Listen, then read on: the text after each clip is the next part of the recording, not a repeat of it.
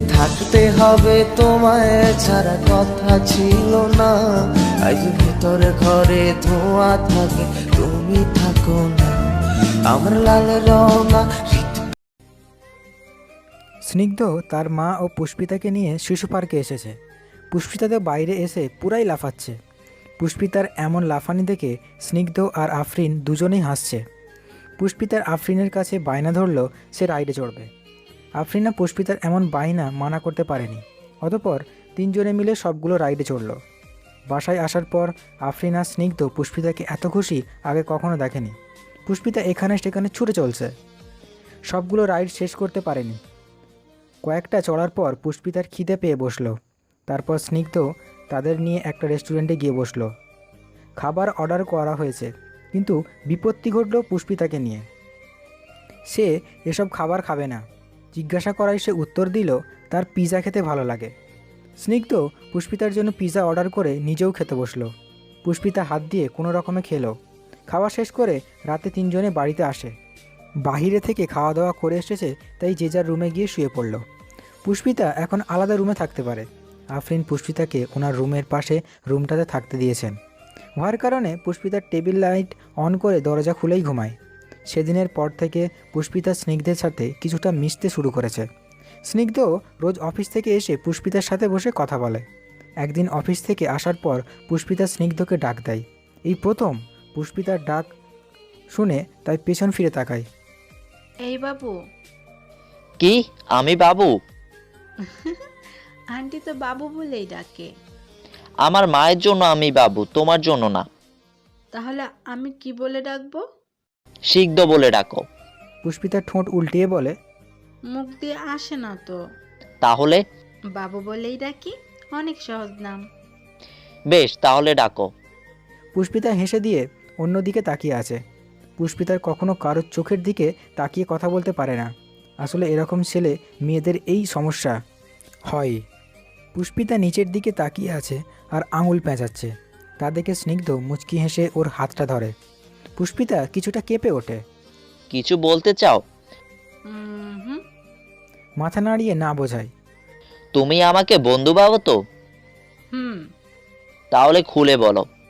আজ টিভিতে একটা মেয়েকে আইসক্রিম খেতে দেখেছি, তো? আমারও খেতে ইচ্ছে করছে। স্নিগ্ধ পুষ্পিতার কথা শুনে বোকার মতো তাকিয়ে রইল। ওদিকে পুষ্পিতা চুপচাপ নিচের দিকে তাকিয়ে আছে। স্নিগ্ধ হাতটা ছেড়ে দিয়ে চলে গেল। পুষ্পিতা মন খারাপ করে রুমে এসে শুয়ে পড়ল। আজ যে তার আইসক্রিম খেতে বড্ড ইচ্ছা হচ্ছে, কিন্তু স্নিগ্ধ তা পাত্তাই দিল না। তাই রাগ হচ্ছে খুব।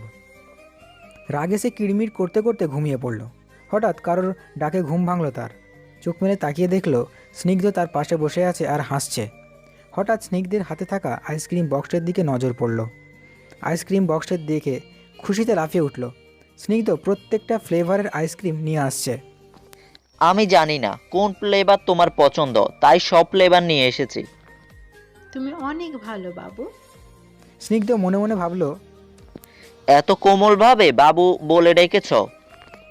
আইসক্রিম কেন, কলিজা চাইলেও সেটাও এনে দিতাম।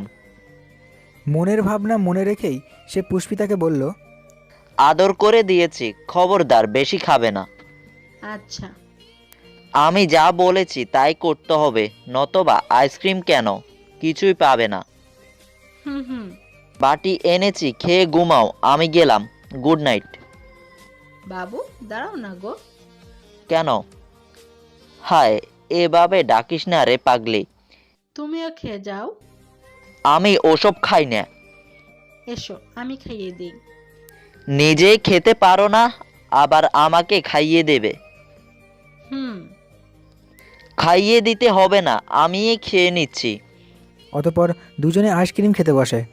পুষ্পিতার ঠোঁট মুখে আইসক্রিম লাগিয়ে খাচ্ছে। স্নিগ্ধ তা দেখে নিজেকে কন্ট্রোল করতে পারছে না।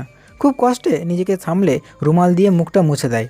খাওয়া শেষ করে দুজনেই যে যার রুমে গিয়ে শুয়ে পড়ল। স্নিগ্ধ আর পুষ্পিতা এভাবেই দিনগুলো কাটাতে লাগলো। পুষ্পিতা স্নিগ্ধের সাথে এখন আগের চেয়েও বেশি মিশে গেছে। এখন আরেকজনকে ছাড়া থাকতেই পারে না। স্নিগ্ধ পুষ্পিতার সম্পর্কে সব জেনেও বারবার ওর প্রতি দুর্বল হয়ে যাচ্ছে। এই বিষয়টা আর কেউ না বুঝলেও আফরিনের বুঝতে অসুবিধা হয়নি। আফরিনের কাছে বিষয়টা ভালো ঠেকছে না। রাতে স্নিগ্ধ আর পুষ্পিতা রুমে বসে গল্প করছিল, তখন আফরিন রুমে আসলেন। ওদের দুজনকে এভাবে বসতে থাকতে দেখে কিছুটা রাগান্বিত হলেন, কিন্তু বুঝতে দিলেন না। পুষ্পিতা, তুমি রুমে গিয়ে শুয়ে পড়ো। আমরা গল্প করছি তো, শেষ হলে ঘুমাবো। পুষ্পিতা, রুমে যাও। পুষ্পিতা মুখ ভার করে চলে যায়। স্নিগ্ধ তার মায়ের এমন আচরণে বুঝতে পারে যে ওর মায়ের সমস্যা কোন জায়গায়। তোর সাথে কথা আছে। জানি কি কথা বলতে এসেছো। আমি কখন কি বলতে চাই তুই সেটা বলার আগেই বুঝে ফেলিস, তাহলে এবার কেন বুঝতে পারছিস না? আমি ওর পাশে থাকলে সমস্যা কোথায় মা? সমস্যা আছে বলেই তো মিশতে নিষেধ করেছি। আমার কাছে তো কোনো সমস্যা মনে হচ্ছে না। সেদিন তোর জন্য এত ভালো একটা মেয়ে দেখলাম, কিন্তু তুই নিষেধ করে দিলি কেন? নিষেধ তো করেছিসই, উল্টো বলেও দিয়েছিস তুই কাউকে ভালোবাসিস। হ্যাঁ, ভালোবাসিই তো। কেন পাগলামি করছিস? ভালোবাসি তাই। এরকম একটা মেয়েকে ভালোবাসিস যে কিনা ভালোবাসা কি সেটাও জানে না। ভালোবাসার সংজ্ঞা কেউই দিতে পারবে না। ভালোবাসার অনুভূতি কেমন সেটাও বলতে পারবে না। ভালোবাসা ও যে অবুঝ মা। তোর সাথে কথা বলতে এসেছি, তাই জ্ঞান কম দেওয়ার চেষ্টা কর। আচ্ছা, জ্ঞান দিলাম না, কিন্তু কিছু প্রশ্নের উত্তর দিতে হবে। কি প্রশ্ন? বাবাকে ভালোবাসতে? হুম, এখনো ভালোবাসি। যদি বাবা মারা না গিয়ে বেঁচে থাকতো আর পঙ্গু হয়ে যেত, তাহলে কি বাবার প্রতি তোমার ভালোবাসাটা কমে যেত? কেন কমবে? সত্যি ভালোবেসে থাকলে হাজার কঠিন পরিস্থিতি আসলেও ছেড়ে দেওয়া যায় না। তাহলে আমার ক্ষেত্রে সেটাকে পাগলামি কেন বলছো? তুই আর ওই কাহিনী এক হলো নাকি? ওকে ভালোবাসি মা। ওকে প্রথম দেখায় ভালো লেগে গেছে আমার। তখন আমি ওর সমস্যা জানতাম না। কয়েক মাস আগে যখন দেখেছিলাম তখন জানতাম না ও কেমন। শুধু ভালোই লেগে গেছিল, কিন্তু ভালোবাসা কিনা আমি জানতাম না। সব জানার পর আর ওর সাথে মিশতে গিয়ে আমি কখন যে দুর্বল হয়ে পড়েছি নিজেও জানি না। এটা ভালোবাসা না, মোহ। এটাই ভালোবাসা। এই আনাপ চৌধুরী সিকদ কোনো মেয়ের মোহে পড়েনি, আর বাকি জীবন পড়তেও চায় না। তুই ভালোবাসিস না, এটা আমি জানি। তুই পুষ্পিতাকে ধীরে ধীরে নিজের থেকে দূরে সরিয়ে ফেল। মা অবাক হয়ে, আমি তোর ভালো চাই, তাই বলছি ওর থেকে দূরে সরে থাকবি। কিন্তু কোনো কিন্তু না। আফরিন হনহনিয়ে চলে গেল। এদিকে স্নিগ্ধ মুখ ভার করে বসে বসে আছে। স্নিগ্ধ তার মাকে খুব ভালোবাসে। ছোট থেকে বড় হওয়া পর্যন্ত শুধু মায়ের কথা মতো চলেছে। মাকে কিভাবে বোঝাবে সেই ভাষা খুঁজেই পাচ্ছে না। তাছাড়া সে চাইলে মায়ের সাথে তর্ক করতে পারত, কিন্তু সে এটা করবে না, কারণ তাকে শুধু শুধু ঝামেলা হবে, যা স্নিগ্ধ মোটেও পছন্দ করে না। রাতে আর ঘুম আসলো না। চিন্তাভাবনা এক সাইডে রেখে বারান্দায় বসে ঠান্ডা ফুরফুরে বাতাসে বসে সিগারেটের ধোঁয়া ওড়াচ্ছে। সকালবেলা রোদের আলোয় হঠাৎ স্নিগ্ধর হাসি মুখ চোখ খোলে। তাকিয়ে দেখে সে বারান্দায় বসা। রাতের কাহিনী মনে পড়তেই তার মনটা খারাপ হয়ে যায়। মন খারাপ নিয়েই ফ্রেশ হতে চায়। অফিসে যেতে হবে, তাই তাড়াতাড়ি শাওয়ার নিয়ে নিচে গেল। নিচে গিয়ে দেখছে পুষ্পিতা একা একা খাওয়ার চেষ্টা করছে। স্নিগ্ধ বুঝতে বাকি নেই যে তার মা রাগে বসে পুষ্পিতাকে খাওয়ায়নি, তাই সে না খেয়ে বেরিয়ে পড়ে। সারাদিন অফিস শেষ করে সন্ধ্যায় বাসায় আসে। খেতে বসলে মাকে পুষ্পিতার কথা জিজ্ঞাসা করতে যায়। পুষ্পি কোথায়? রুমে আছে। তোমরা দুজন খেয়েছো? হ্যাঁ। স্নিগ্ধের কেমন জানি খটকা লাগে, তবুও খাওয়া ছেড়ে গেল মা কষ্ট পাবে, তাই কোনো রকমে খেয়ে রুমে চলে যায়। আফরিন ছেলের এমন কাজে কিছুই বলেনি। কাজ শেষে করে রুমে গিয়ে শুয়ে পড়েন। রাত যখন গভীর হয় তখন স্নিগ্ধ আস্তে আস্তে বিছানা থেকে উঠে সোজা পুষ্পিতার রুমে যায়। দরজা খোলা থাকার কারণে সমস্যা হয়নি। গিয়ে দেখে পুষ্পিতা এলোমেলোভাবে শুয়ে আছে। ফ্রকটা হাঁটুর উপরে কিছুটা উঠে আসে। স্নিগ্ধ অন্যদিকে তাকিয়ে কাঁথাটা টেনে দেয়। পুষ্পিতা যখন গভীর ঘুমেছিল, এই মুহূর্তে ডাক দেওয়া কি ঠিক হবে কি না তা ভাবছে। 7-5 ভেবে অবশেষে ডাক দিতে যায়, তখনই দরজায় দাঁড়িয়ে থাকা মায়ের দিকে চোখ গেল। আফরিন তো রেগে আগুন হয়ে আছে। স্নিগ্ধ অপরাধীর মতো মাথা নিচু করে ফেলেছে।